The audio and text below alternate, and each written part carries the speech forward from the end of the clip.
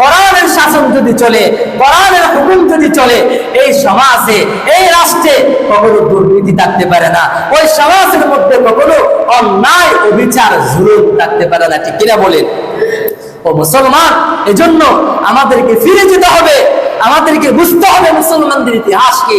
মুসলমানদের ইতিহাস হচ্ছে রক্ত দেওয়ার ইতিহাস। মুসলমানদের ইতিহাস হচ্ছে আল্লাহর জমিনে জিহাদ করে আল্লাহর কোরআনকে প্রতিষ্ঠা করার ইতিহাস।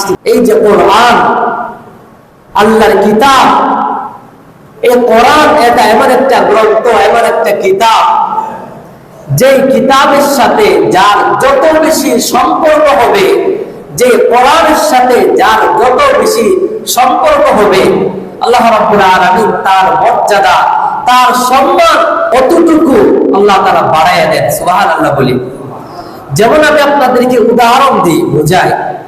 আমাদের বাড়িতে যদি কিছু সাদা কাগজ পড়ে থাকে, ধরেন কিছু সাদা কাগজ পড়ে আছে, এদিক সেদিক পড়ে যাচ্ছে, আমরা সাদা কাগজ গুলারে এত সম্মান বা এত ভক্তি আমরা দেখাচ্ছি না, কিন্তু ওই সাদা কাগজ গুলাকে যদি কম্পিউটারের দোকানে নিয়ে গিয়ে বা সেখানে কোরআনের আয়াত লিখে দেওয়া হয়, কোরআনের আয়াত যদি সেই সাদা কাগজে লিপিবদ্ধ করা হয়, আচ্ছা আপনারা বলেন তো ওই কাগজের সম্মান এখন আগের মতো আছে নাকি বেড়ে গেছে? অবশ্যই বেড়ে গেছে। এরকম ভাবে আমি আপনাদেরকে আরো বোঝাই, যেমন রেহাল কাঠ। এই যে আমাদের বাসায় বাড়িতে কত দামি দামি সোফা, বস কাঠ আছে নাকি নেই? অবশ্যই আছে। ওই বস কাঠ এবং সোফায় যদি আমাদের পা লাগে, আমরা এত সম্মান বা এত ভক্তি আমরা দেখাই না, কিন্তু সামান্য কম দামি গাছ দিয়া, কাঠ দিয়া যদি রেহাল কাঠ তৈরি করা হয়, আচ্ছা আপনারা বলেন তো ওই রেহাল কাঠ বা গাছের সম্মান কোরআনের সাথে লাগার কারণে সম্মান কি আগের মতো আছে না বেড়ে গেছে? অবশ্যই বেড়ে গেছে। এরকম ভাবে আরো আমি উদাহরণ দিই, যেমন আমরা দামি দামি কাপড় আমরা পরিধান করি, দামি দামি কাপড় আমরা গায়ে দিই, ওই দামি দামি কাপড়ে যখন আমাদের পা লাগে বা এদিক সেদিক পড়ে গেলে আমরা সম্মান করি না বা ভক্তি দেখাই না, কিন্তু আপনারা বলেন তো সামান্য কম দামি কাপড় দিয়ে যদি কোরআনের জুজদান তৈরি করা হয়, ওই কোরআনের জুজদান তৈরি করার পরে এখন আপনারা বলেন তো ওই জুজদানের সম্মান মর্যাদা আগের মতো আছে না বেড়ে গেছে? কেমন বেড়ে গেছে জানেন? আল্লাহু আকবার। ওই জুজদানে যে ময়লা হয়, আবর্জনা হয়, ময়লা জয়লা হয়, ময়লা হওয়ার পরে এটাতে যে আপনি দৌত করবেন, দৌত করার পরে যে পানিগুলা বের হবে, এগুলাকে পর্যন্ত আপনি যত্রতত্র যেখানে সেখানে আপনি ফেলতে পারবেন না। সম্মানজনক জায়গায় আপনাকে ফেলতে হবে এগুলা। তাহলে এরপরে আরো আসেন, আমি আপনাদেরকে জিজ্ঞেস করি 12 মাসের মধ্যে সর্বশ্রেষ্ঠ মাস কোনটা আপনারা বলেন তো? রমজান মাস। কেন বলেন তো? রমজান মাসে আল্লাহর কোরআন অবতরণ হয়েছে। এরকম ভাবে আসেন, আল্লাহ তাআলা যে রাত গুলা দিয়েছেন, সমস্ত রাতের মধ্যে সর্বশ্রেষ্ঠ রাত, মর্যাদার রাত কোনটা আপনারা বলেন তো? সবে কদর বা লাইলাতুল কদর। আচ্ছা আমি যদি জিজ্ঞেস করি লাইলাতুল কদর বা সবে কদরের মর্যাদা কেন বাড়লো, জবাব কি আসবে? কোরআনের কারণে। সেরকম ভাবে সমস্ত নবীদের মধ্যে, সমস্ত রসুলদের মধ্যে সর্বশ্রেষ্ঠ রসুল কে বলেন তো আওয়াজ দিয়া? আমাদের নবী হযরত মুহাম্মদ আরবি সাল্লাল্লাহু আলাইহি ওয়াসাল্লাম। কেন?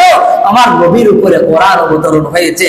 এরপরে আসেন সমস্ত ফেরেশতাদের মধ্যে সর্বশ্রেষ্ঠ ফেরেশতা, উৎকৃষ্ট ফেরেশতা, দামি ফেরেশতা কে বলেন তো? হযরতে জিবরাইল আলাইহিস সালাম। কেন তার সম্মান কেন বাড়লো? তিনি কেন দামি হলো? জবাব আসবে, কোরআন তিনি আল্লাহর কাছ থেকে আমার নবীর কাছে নিয়ে এসেছিলেন। তাহলে আসুন, ওই যে শুরু থেকে কাগজের দাম, কাগজ মনে আছেন আপনাদের? ওই যে কাগজের দাম কেন বাড়লো? জবাব আসবে কোরআনের কারণে। জুজদানের দাম কেন বাড়লো? জবাব আসবে কোরআনের কারণে। ও মুসলমান, রিহাল কাঠের দাম কেন বাড়লো? জবাব আসবে কোরআনের কারণে। সমস্ত রাতের মধ্যে শবে কদর বা লাইলাতুল কদরের মর্যাদা সম্মান কেন বাড়লো? জবাব আসবে কোরআনের কারণে। সমস্ত মাসের মধ্যে 12 মাসের মধ্যে রমজান মাসের মর্যাদা সম্মান কেন বাড়লো? জবাব আসবে কোরআনের কারণে। সমস্ত রাসূলদের মধ্যে, সমস্ত নবীদের মধ্যে আবার নবীর মর্যাদা সম্মান কেন বাড়লো? জবাব আসবে কোরআনের কারণে। সমস্ত ফেরেশতাদের মধ্যে হযরতে জিবরাইলের মর্যাদা কেন বাড়লো? জবাব আসবে কোরআনের কারণে। আমি আপনাদেরকে এই উদাহরণের মাধ্যমে আমি আপনাদেরকে বোঝাতে চাই এই সমস্ত জিনিসগুলা কেন দামি হলো? কোরআনের কারণে। আমি এবং আপনিও যদি কোরআনের সাথে ভালোবাসা রাখতে পারি, আমি এবং আপনিও যদি কোরআনের সাথে মুহাব্বত আন্তরিকতা যদি আমরা রাখতে পারি, আল্লাহ রাব্বুল আলামিন আমার আপনার সম্মানও আল্লাহ তাআলা বাড়ায় দিবেন। সুবহানাল্লাহ বলেন।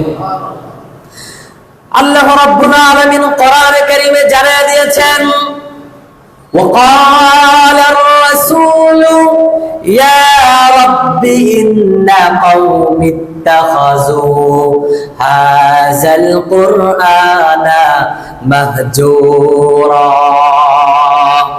আল্লাহ রাব্বুল আলামিন কোরআনে কারীমে বলছেন, কিয়ামতের ময়দানে যেদিন মা তার সন্তানের পরিচয় দেবে না, সন্তান তার বাবা মায়ের পরিচয় দেবে না, আত্মীয়ের পরিচয় দেবে না, এমন সংকটময় মুহূর্তে ও মুসলমান, যারা কোরআনকে ভালোবাসবে না, যারা কোরআনকে মহব্বত করবে না, কোরআনের সাথে ভালো সম্পর্ক রাখবে না, আল্লাহ নবী কিয়ামতের ময়দানে আল্লাহ তাআলাকে বলবেন, ও আল্লাহ, আপনি তো আমার উপরে কোরআন অবতরণ করেছিলেন, কোরআন নাযিল করেছিলেন, আমার এই উম্মতগুলা আপনার কোরআনকে ভালোবাসে নাই, কোরআনকে মহব্বত করে নাই, কোরআনের সাথে আন্তরিকতার সম্পর্ক রাখে নাই, এজন্য তারা দুনিয়াতে থাকতে যেভাবে দুনিয়াতে বসবাস করা অবস্থায় যেরকম তারা কোরআনকে ভুলে গিয়েছিল, কোরআনকে ছেড়ে দিয়েছে, আমি নবী জানায়া দিলাম আজকে এই সমস্ত উম্মতদেরকেও আমি নবী ভুলে গেলাম, তাদের সাথে সম্পর্ক ছিন্ন করে দিলাম। নাউজুবিল্লাহ বলে চিন্তা করতে পারেন আমি আপনি যে নবীর সুপারিশ ছাড়া আল্লাহ কিয়ামতের ময়দানে বিচার পর্যন্ত শুরু করবেন না, সেই নবী যদি বলে এই সমস্ত উম্মতদের সাথে আমার কোনো সম্পর্ক নাই, তাহলে বাঁচার কি কোনো উপায় থাকবে? আওয়াজটাই আপনাদের, বাঁচার কি কোনো উপায় থাকবে নাকি? বাঁচার কোনো উপায় থাকবে না। এজন্য কোরআনের সাথে ভালোবাসার সম্পর্ক রাখতে হবে। শুধু যে আমার নবী ভুলে যাবেন তা না, কোরআনকে অবতরণ করেছেন, কোরআনকে নাযিল করেছেন, জোরে আওয়াজ দিয়ে বলেন কে? আল্লাহ। জোরে আওয়াজ দিয়ে বলেন আল্লাহ। ও মুসলমান, আল্লাহ রাব্বুল আলামিন কোরআনে কারীমে বলেছেন, ওয়ামান আরাদা আন যিকরি ফাইন্না লাহু মাঈশাতান দনকা। আল্লাহ রাব্বুল আলামিন বলছেন, যারা কোরআনের সাথে ভালোবাসা রাখবে না, কোরআনকে মহব্বত করবে না, কোরআনের সাথে আন্তরিকতা রাখবে না, আল্লাহ রাব্বুল আলামিন বলছেন আমি তাদেরকে দুনিয়াতে দুইটা শাস্তি দিব। কয়টা? মাঈশাতান দনকা, আমি তাদেরকে মাঈশাতান দনকা দিব। এখন আপনারা বলতে পারেন মাঈশাতান দনকা মানে তো আমরা বুঝলাম না। তাফসীর ইবনে কাসিরের মধ্যে মাঈশাতান দনকার দুইটা তাফসীর করেছেন। কয়টা? আওয়াজ করতে হবে আপনাদেরকে, কয়টা তাফসীর করেছেন? দুইটা। এক নম্বর হচ্ছে দুনিয়াতে আপনার টাকা থাকবে, পয়সা থাকবে, বাড়ি থাকবে, গাড়ি থাকবে, নারী থাকবে, সব কিছু থাকবে, কিন্তু শান্তি নামক জিনিসটা আল্লাহ রাব্বুল আলামিন আপনার জীবনে রাখবে না। এই জন্য তো আজকে দুনিয়ার মধ্যে দেখা যায় টাকা আছে, পয়সা আছে, ঘর আছে, বাড়ি আছে, সব আছে, কিন্তু শান্তি নাই, মানসিক শান্তিতে পড়ে আছে, শান্তি নাই, শান্তি নাই। শান্তি আল্লাহ রাব্বুল আলামিন যেখানে রাখছেন সেখানে যদি আমরা শান্তি না খুঁজি, পাবো কোথায়? আল্লাহ কোরআন এটা হচ্ছে শান্তির প্রেসক্রিপশন, কোরআন হচ্ছে শান্তির মেডিসিন, কোরআন হচ্ছে শান্তির নুসখা। এই কোরআনকে বাদ দিয়ে, এই কোরআনকে মাইনাস করে হাজারো উন্নতি, হাজারো অগ্রগতি করা সম্ভব হবে। সমাজে, রাষ্ট্রে, গোটা পৃথিবীতে শান্তি প্রতিষ্ঠা করা কখনো সম্ভব হবে না। ঠিক কিনা বলেন? ও মুসলমান, আমি আপনাদেরকে বলতে চাই, শান্তি যদি আমরা প্রতিষ্ঠা করতে চাই, নিজের সমাজে, নিজের পরিবারে, নিজের এলাকায়, গোটা দুনিয়াতে যদি আমরা শান্তি প্রতিষ্ঠা করতে চাই, তাহলে অবশ্যই কোরআনের সাথে আমাদের ভালোবাসার সম্পর্ক রাখতে হবে। ঠিক কিনা বলেন? আমি আপনাদেরকে বলতে চাই, সব সমস্যার সমাধান দিতে পারে কি? আল কোরআন। সমাধান চাও যদি জীবনে মরণে, ফিরে যাও খুঁজে নাও চোখ রাখো কোরআনে। সমাধান চাও যদি জীবনে মরণে, ফিরে যাও খুঁজে নাও চোখ রাখো কোরআনে।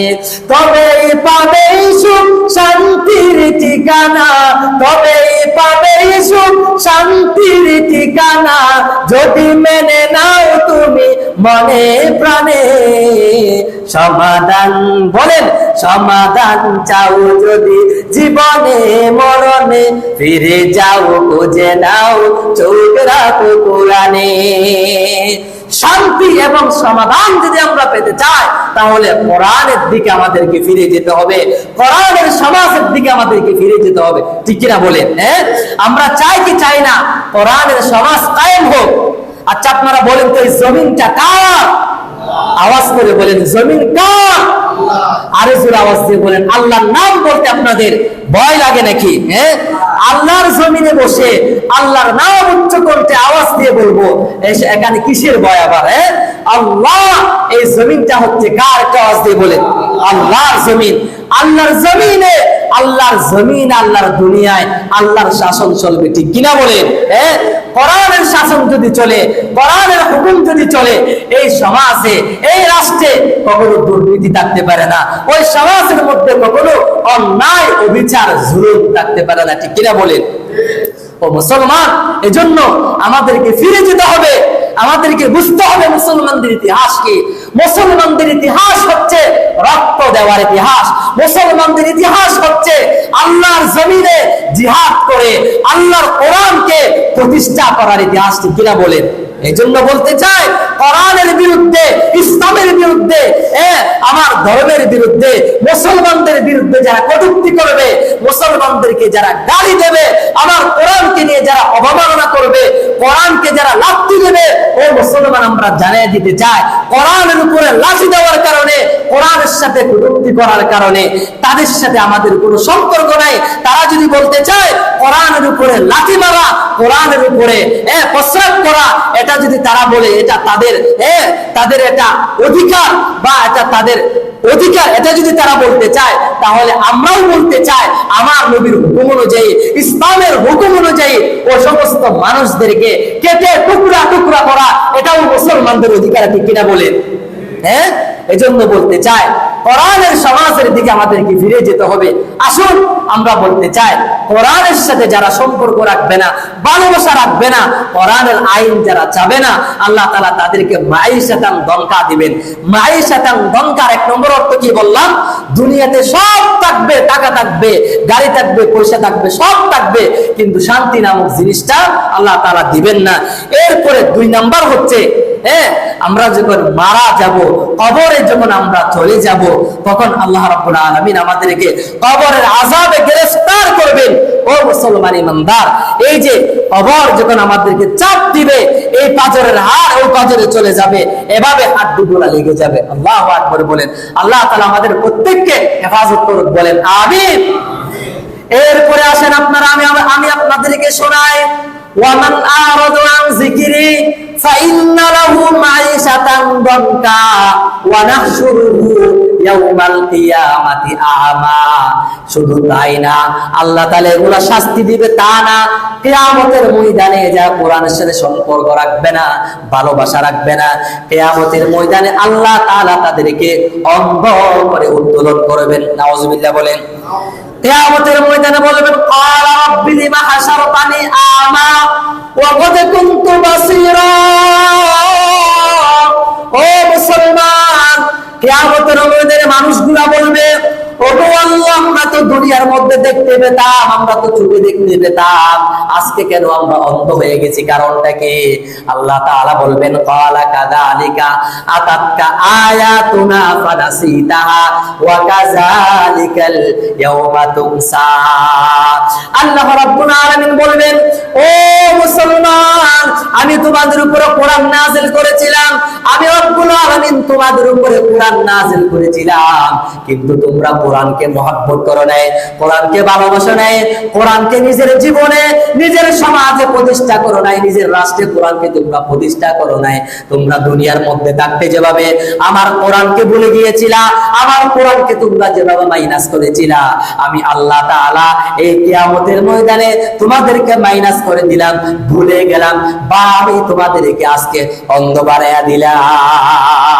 নাউযুবিল্লাহ বলেন, চিন্তা করে দেখতে পারেন। এর আগে বলেছি আল্লাহর নবী আল্লাহর কাছে বিচার দিবেন, আল্লাহর নবী বলবেন এরা আমার উম্মত না, যারা কোরআনকে ভালোবাসে না, যারা কোরআন পড়ে না, যারা কোরআনের সমাজ চায় না, যারা কোরআনকে মহব্বত করে না, আন্তরিকতা রাখে না, তারা আমার উম্মত না। আবার কিয়ামতের ময়দানে আল্লাহ বলবেন এরা আমার বান্দা না। আল্লাহু আকবার। বাঁচার কি কোনো উপায় থাকবে? এই জন্য কোরআনকে মহব্বত করা লাগবে। কোরআনের সাথে যদি সম্পর্ক রাখেন, কোরআনের সাথে যদি ভালোবাসা রাখেন, আপনার ঘরে, আমার ঘরে, আপনার রাষ্ট্রে, আমার রাষ্ট্রে শান্তিতে আল্লাহ ভরপুর করে দিবেন। ছোট্ট একটা হাদিস আমি আপনাদেরকে শোনাই।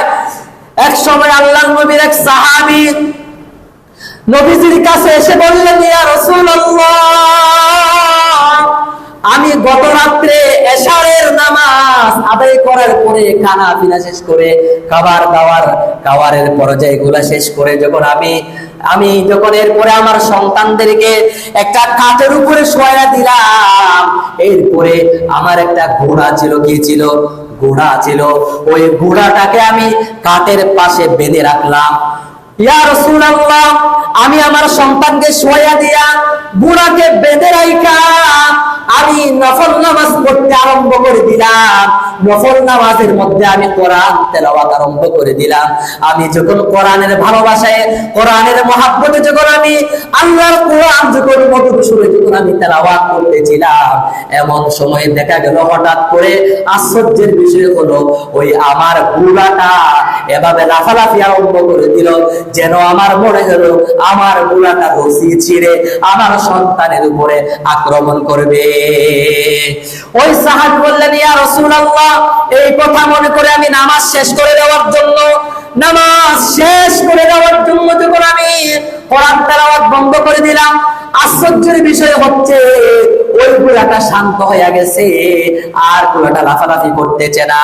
ও ইয়া রাসূলুল্লাহ, এরপরে আমি আবার যখন কোরআন তেলাওয়াত আরম্ভ করলাম, কোরআন তেলাওয়াতের আওয়াজ যখন বড় হয়ে গেছে, ওই ঘোড়াটা আবার লাফালাফি আরম্ভ করা শুরু করে দিল। ইয়া রাসূলুল্লাহ, আমার সাথে এরকম কেন হয়েছে? আওয়াজ বড় করলে ঘোড়াটা লাফালাফি করে, আর আমি যখন কোরআনের আওয়াজ যখন ছোট করে দিই, মনে মনে যখন কোরআন তেলাওয়াত করি, ঘোড়াটা শান্ত হয়ে যায়। কারণটা কি ইয়া রাসূলুল্লাহ? আল্লাহর নবী বলেন, ও আমার সাহাবী শুনো, এই দুনিয়ার মধ্যে, পৃথিবীর মধ্যে, ফেরেশতা জগতের মধ্যে হযরত জিবরাইল ব্যতীত, হযরত জিবরাইল আলাইহিস সালাম ব্যতীত আর কেউ কোরআন তেলাওয়াত করতে জানে না, কোরআন পড়তে জানে না। এই জন্য পৃথিবীর কোন জায়গার মধ্যে যখন কোন আল্লাহর বান্দা যখন কোরআন তেলাওয়াত করে, কোরআনের তেলাওয়াত যখন মধুর সুরে করে, আল্লাহ তাআলার রহমতের নূরের তৈরি ফেরেশতারা যাকে যাকে কোরআন তেলাওয়াতকারীর চতুর্দিকে এসে বসে যায়। সুবহানাল্লাহ বলেন, আল্লাহু আকবার। আরেকটু জোরে আওয়াজ দিয়ে বলেন সুবহানাল্লাহ। ও মুসলমান ইমানদাররা, ভালো করে বুঝেন, নবীজি বললেন, ও আমার সাহাবী, তুমি যখন বড় বড় আওয়াজে যখন কোরআন তেলাওয়াত করতেছিলা, আকাশের ফেরেশতারা, আসমানের ফেরেশতারা তোমার কোরআন তেলাওয়াত শ্রবণ করার জন্য তোমার চতুর্পাশে বসে গিয়েছে। এরপরে যখন তুমি কোরআন তেলাওয়াত যখন শুরু করে দিলা, মনে মনে যখন তুমি কোরআন তেলাওয়াত করতেছিলা, তোমার কোরআন তেলাওয়াত যখন ফেরেশতারা আর শুনতেছে না, ফেরেশতারা আবার আকাশের মধ্যে চলে যায়। ও আমার সাহাবী, তুমি যদি আজকে সকাল পর্যন্ত, ফজর পর্যন্ত যদি তুমি আজকে কোরআন তেলাওয়াত যদি উচ্চ উচ্চ আওয়াজে যদি তুমি জারি রাখতা, পড়তে যদি থাকতা, আজকে গোটা মদিনাবাসী, আরববাসী তারা সচক্ষে নিজেদের চোখে আজকে তারা ফেরেশতা দেখতে পেত। সুবহানাল্লাহ বলে। ও মুসলমান ইমানদার, এই হাদিস থেকে, ঘটনা থেকে কি প্রমাণ হয়?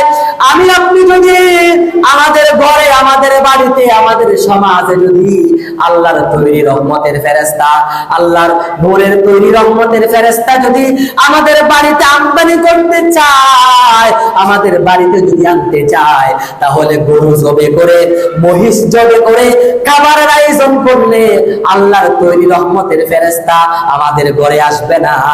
আল্লাহর তৈরি রহমতের ফেরেশতা যদি আমরা যদি ঘরে আনতে চাই, আমাদের বাসায় যদি আনতে চাই, তাহলে কোরআন তেলাওয়াতের কোনো বিকল্প পদ্ধতি আর নেই। আল্লাহু আকবার বলে। আচ্ছা আপনারা বলেন তো, আজকে থেকে 10-15 বছর আগে, 10-15 বছর আগে যখন ফজরের পরে, মাগরিবের পরে যখন মানুষ রাস্তা দিয়ে হাঁটতো, প্রতিটা ঘর থেকে আল্লাহর কোরআনের আওয়াজ বের হতো কি হতো না? হ্যাঁ, হতো। কিন্তু আধুনিক যুগ আসার পরে, কালের আবর্তনে পরিবর্তন হতে হতে, আজকে আমরা ডিজিটাল হতে হতে, সারা রাত মোবাইল টিভি করার কারণে, সারা রাত আমরা টিভি মোবাইল সিনেমায় পড়ে থাকার কারণে এখন আমরা আর সেই কোরআন তেলাওয়াত আর করতে পারি না। এখন আমরা টিভি, সিনেমা এবং মোবাইল আমরা বাড়িতে ঢুকাইছি, কিন্তু আল্লাহর কোরআনকে আমাদের ঘর থেকে, আমাদের বাড়ির থেকে আমরা বের করে দিয়েছি। আচ্ছা আপনি বলেন তো, আমরা সব সময় বলে শান্তি নাই, শান্তি নাই, শান্তি কোথায় পাবো? আরে আল্লাহ শান্তি যেখানে রাখছেন, কোরআনে আল্লাহ শান্তি রাখছেন, সেই শান্তি যদি আমরা কোরআনের কাছে যদি না যাই, আমরা কেমনে পাবো? একটু আপনারা একটু আমার বুঝান। এই জন্য আমি বলতে চাই, কোরআনের সাথে সম্পর্ক রাখতে হবে, ভালোবাসা রাখতে হবে। এই যে হাদিসের মধ্যে আছে, আল কোরআনু শাফিউন মুশাফফাউন ওয়া মাহিল্লুন মুসাদ্দাকুন। কোরআন যদি আপনি সম্পর্ক রাখেন, ভালোবাসা রাখেন, এটা সুপারিশ করে, আল্লাহর কাছে সুপারিশ করে আপনার জান্নাত পর্যন্ত পৌঁছায় দেবে। শুধু সুপারিশ না, প্রয়োজনে আল্লাহর সাথে ওয়া মাহিল্লুন মুসাদ্দাকুন হাদিসে আসছে, অর্থাৎ ঝগড়া করে হলো, প্রয়োজনে আল্লাহর সাথে তর্ক বিতর্ক, ঝগড়া করে হলো আপনাকে ওই কোরআন জান্নাত পর্যন্ত পৌঁছায় দেবে। সুবহানাল্লাহ বলেন। হাদিসে আসছে, মান জাআলাহু আমামাহু কাদাহু ইলাল জান্নাহ। যারা কোরআনকে সামনে রাখবে, মুহাব্বত করবে, এই কোরআন তাদেরকে জান্নাতে নিয়ে যাবে। ওয়া মান জাআলা খালফা যাহরিহি সাকাদাহু ইলান নার। যারা কোরআনকে পিছনে ফেলে রাখবে, মুহাব্বত রাখবে না, ভালোবাসা রাখবে না, পড়বে না, তাদেরকে কোরআন টেনে হিসড়ে জাহান্নামের গর্তে নিক্ষেপ করবে। নাউজুবিল্লাহ বলেন। ও মুসলমান, আমি বলতে চাই, এই যে আল্লামা কবি ইকবালের নাম শুনেছেন, বিশ্ববিখ্যাত কবি আল্লামা ইকবাল, তিনি বলেছেন, ও জমানে মে মুআজ্জাজতে হামিলে কুরআন হোকর और हम जलील खान हुए तारके कुरान होकर। আগের জমানার মানুষ শান্তিতে থাকতো, তাদের জমানায় শান্তি ছিল, তারা সম্মানে ছিল, কারণ তাদের সাথে কোরআনের সম্পর্ক ছিল। তারা কোরআনকে যেভাবে ভালোবাসতে হয়, এভাবে তারা কোরআনকে ভালোবেসেছেন। ও মুসলমান ইমানদার, আমরা কোরআনকে যেভাবে ভালোবাসা দরকার, এভাবে যেহেতু আমরা ভালোবাসতে পারতেছি না, এই জন্য আল্লাহ তাআলা পদে পদে আজকে মুসলমানদেরকে লাঞ্ছিত করতেছে। ও মুসলমান ইমানদার, আজকেও যদি মুসলমানরা কোরআনকে যেভাবে আঁকড়ে ধরা দরকার, এবং যদি আমরা আঁকড়ে ধরতে পারি, তাহলে আল্লাহ তাআলা মুসলমানদের হারানো গৌরব, হারানো ইতিহাস আল্লাহ তাআলা আবারও ফিরিয়ে দিতে দেরি করবেন না। আল্লাহু আকবার বলেন।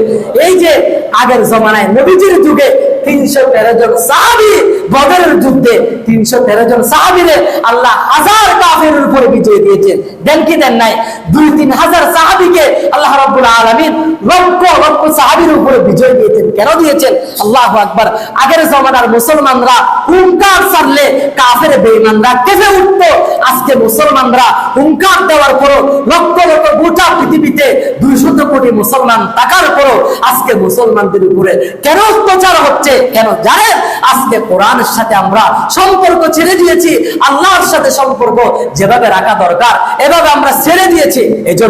এজন্য শান্তি যদি পেতে চান কোরআনের সমাজের দিকে আমাদেরকে ফিরে যেতে হবে, আমাদের আশা আকাঙ্ক্ষা রাখতে হবে। হ্যাঁ, এই যে একটা গজল আছে, কোন একদিন এদেশের আকাশে কালিমার পতাকা উড়বে, সেদিন সবাই খোদাই বিধান পে দুঃখ বেদনা ভুলবে। আল্লাহর বিধান যদি চালু হয়, কোরআনের আইন যদি সমাজে চালু হয়, তাহলে সেই সমাজে কখনো অন্যায় অবিচার জুলুম থাকতে পারে না। ঠিক কিনা বলেন? এজন্য কোরআনের দিকে আমি আর আলোচনা লম্বা করতেছি না, শেষ করে দিচ্ছি। কোরআনের সাথে সম্পর্ক রাখবেন, আল্লাহ তাআলা আমাদেরকে সম্মানিত করবেন, আল্লাহ তাআলা আমাদেরকে ইজ্জত দিবেন। কোরআন ওয়ালা, এই যে আমি আপনাদেরকে বলতে চাই, যারা কোরআন ওয়ালা কিয়ামতের ময়দানে আল্লাহ তাআলা তাদেরকে বলবেন, এক আয়াত পড়ো উঠো উঠো উঠো, এক আয়াত পড়ো এক তলায় উঠো, দুই আয়াত পড়ো আপনার যত আয়াত মুখস্থ আল্লাহ তত তলায় আপনাকে আল্লাহ তাআলা উঠায় দিবেন। সুবহানাল্লাহ বলেন, আল্লাহু আকবার। আই মোমেন পর তেরা হো कुरान की बातें, कुरान में भी है बेशफा और दवा भी। जिस शख्स ने कुरान को सीने में बसाया, फिरदौस मुअल्ला में मकान अपना बनाया। কি চমৎকার কথা বলেছেন এখানে। যারা যারা নিজেদের অন্তরে আল্লাহর কোরআনকে বসাইবে, সে যেন পক্ষান্তরে আল্লাহর জান্নাতে, জান্নাতুল ফেরদাউসে তার ঠিকানা যেন সে বানায় নিল। আমরা কি সবাই চাই জান্নাতুল ফেরদাউস আমাদের ঠিকানা হোক? চাই কি চাই না? যদি চাই থাকি তাহলে দুহা তুজু করে আল্লাহরে দেখায়া দেন, দুহা তুজু করেন, লিল্লাহি তাকবীর, লিল্লাহি তাকবীর। আল কোরআনের আলো, আল হাদিসের আলো, নামান, হাত নামান, আলহামদুলিল্লাহ। এই যে এই স্লোগানটা আমরা ভিন্ন ভাবে দিতে পারি, আল কোরআনের আলো হৃদয়ে হৃদয়ে জালো। আচ্ছা আপনারা বলেন তো, আল কোরআনের আলো যদি, আল হাদিসের আলো যদি আমরা আগে হৃদয়ে না জ্বালাই, নিজেদের ভিতরে অন্তরের ভিতরে যদি না জ্বালাই, তাহলে এই আলো দিয়া কখনো আমার ঘর আলোকিত হবে না।